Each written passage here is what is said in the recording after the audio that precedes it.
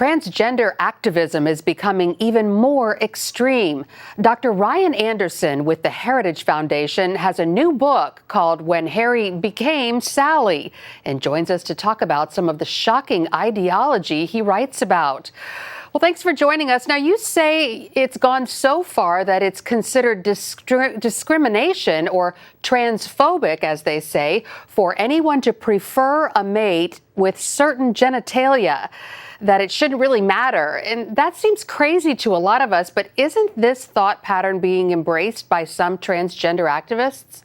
Oh, yeah, it's being promoted by the activists, but it's being rejected by ordinary Americans. I came across the activists who made that claim in a video that was going viral when one of my liberal friends said to me, you know, if this is what transphobia looks like, you know, they've just gone too far in who they're now defining as transphobic. So I mentioned it in the book saying, when you have like standard lefty liberals saying the LGBT movement has, you know, overreached, you know something's gone wrong with the ideology. It's not transphobic to say that you only date men who identify as men or women who identify as women, but you don't date men who identify as women or women who identify as men because your attraction is actually to the entire person, not just to the gender identity or their gender expression. And so it's radical when someone's saying, wait, this now means I'm transphobic because I only date women who have female bodies.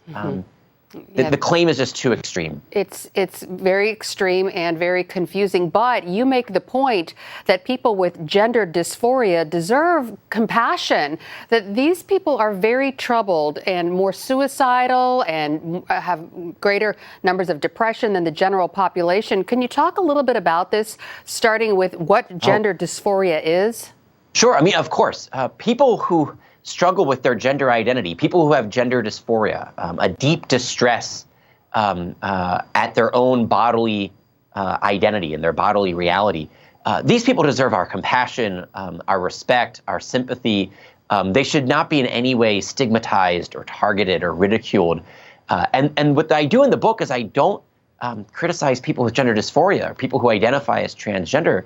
I respond to the claims that are being made by LGBT activists. And whether they identify as transgender or as what they call cisgender, ultimately is besides the point. I'm engaging with the ideas. You know, what are the claims being made about the human person, about gender identity, about biology?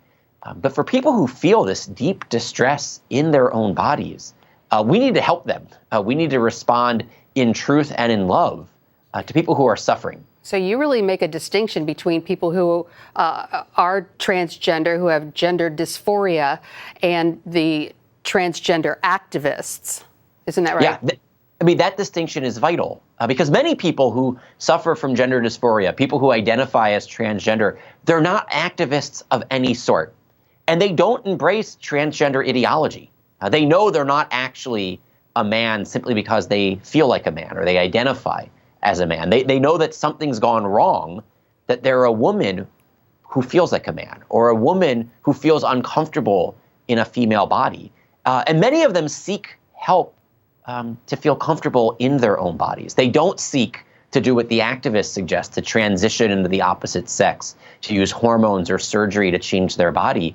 They seek assistance simply to feel comfortable being who they are, the man or the woman who they are.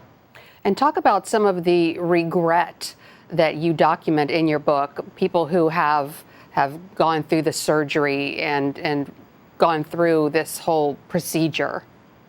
Yeah, I mean, the third chapter of the book, I simply quote people who have made public videos telling their testimony, posted their videos on YouTube to spread the word of what it was like for them transitioning, not finding the wholeness and the happiness that they sought, and then the process of detransitioning and attempting to re-identify with their body.